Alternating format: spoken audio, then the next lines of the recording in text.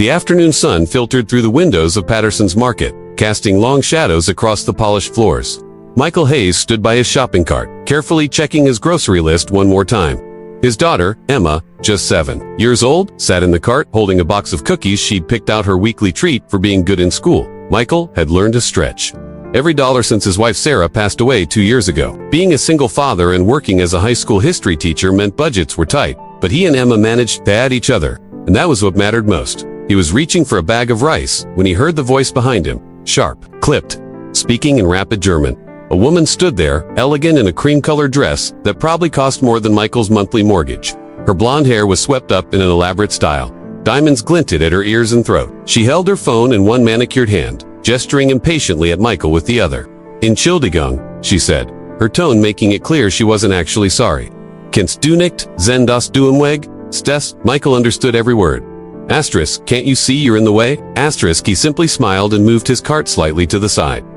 Saying nothing, the woman continued, switching to what she clearly thought was a private conversation with her companion or younger woman who, Michael assumed was an assistant. DS. Loot, the elegant woman said with a dismissive wave. They have no awareness, no class. Look at him, shopping for cheap rice with his child in the cart, like some ... peasant. Emma looked up at her father, sensing something was wrong, even if she couldn't understand the words. Michael gently touched her hand and gave her a reassuring smile. The woman kept talking, apparently emboldened by what she assumed was Michael's ignorance. I don't know why Victor insists we stop at these common stores. We should have our groceries delivered. Having to share space with ... people like this? That man probably doesn't earn in a year what I spend on a handbag. Michael continued, shopping, moving methodically through his list. Ground beef, the family pack, on sale, pasta, vegetables, Emma's favorite cereal, the store brand because it was $3 cheaper. The woman followed the same path through the store, her cart filled with organic produce, imported cheeses, bottles of wine with French labels, and she kept talking, her German flowing freely, each comment more cutting than the last. Look at how he's dressed. That shirt has seen better days. And the child is that the same outfit she was wearing last week. Some people really shouldn't have children if they can't afford to raise them properly. That's when something shifted in Michael's expression. Not anger, he'd learned long ago that anger solved nothing, but he'd heard enough. He turned to face the woman fully, and in flawless Germany with a perfect accent that suggested years of study and practice, he spoke. "Eine dich Frau. I understand every word you've been saying." The woman's face went white, then red. Her assistant took a step back. Michael continued, his voice calm and steady. "You see, I spent 3 years teaching in Berlin before my daughter was born. My wife was German. She taught me the language, taught me about real German culture, kind that values kindness and humility, not the kind you're displaying today." Emma was watching now, not understanding the words, but recognizing something important was happening. "This shirt," Michael said, touching his faded polo, "was my wife's favorite. She bought it for me on our 5th anniversary. I wear it because it reminds me of her. She passed away 18 months ago." The woman opened her mouth, but no sound came out. "And my daughter's outfit?" Michael's hand rested gently on Emma's shoulder. "She chose it herself this morning because she said the colors make her happy. I think that's more important than whether it's new or expensive, don't you?" By now, other shoppers had slowed down, sensing the tension. A store employee in a green vest stood nearby, uncertain whether to intervene. "You're right about one thing," Michael said softly. "I don't earn in a year what you might spend on a handbag. I'm a teacher. I spend my days helping young people learn to think, to question, to grow into kind and thoughtful adults. I consider that time well spent." The woman's lips trembled. Her assistant had quietly moved away, pretending to examine a display of canned goods. "My wife used to say something," Michael continued. "She said the measure of a person isn't in their bank account or their clothing or their jewelry. It's in how they treat people when they think no one important is watching." There was a long silence. The woman's face had gone from red to pale, her carefully applied makeup suddenly looking like a mask. Finally, she spoke, and this time in English, her voice barely above a whisper. I apologize. There's no excuse for what I said." Michael nodded slowly. "We all have moments we're not proud of. The question is what we do with them." The woman looked at Emma, who was watching with those wide, innocent eyes that children have.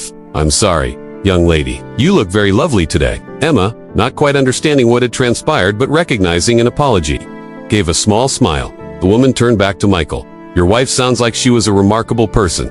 "She was," Michael said simply. "She taught me that everyone we meet is fighting a battle we know nothing about. She taught me to lead with kindness, even when it's hard. I'm Christine, the woman said, extending her hand. Christine Whitmore, Michael Hayes. They shook hands. And this is Emma. Cressetti's eyes were glistening now. I've been having a difficult time. My husband and I are going through a separation, but that's not an excuse. I was cruel, and I'm ashamed. Michael's expression softened further. I'm sorry you're going through that.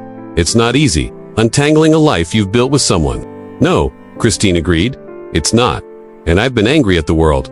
But that's my problem to solve, not yours to endure. Emma, with the wisdom children sometimes surprise us, held out her box of cookies. These are really good, she said. They make me feel better when I'm sad. Christine laughed a real laugh this time, with tears in her eyes.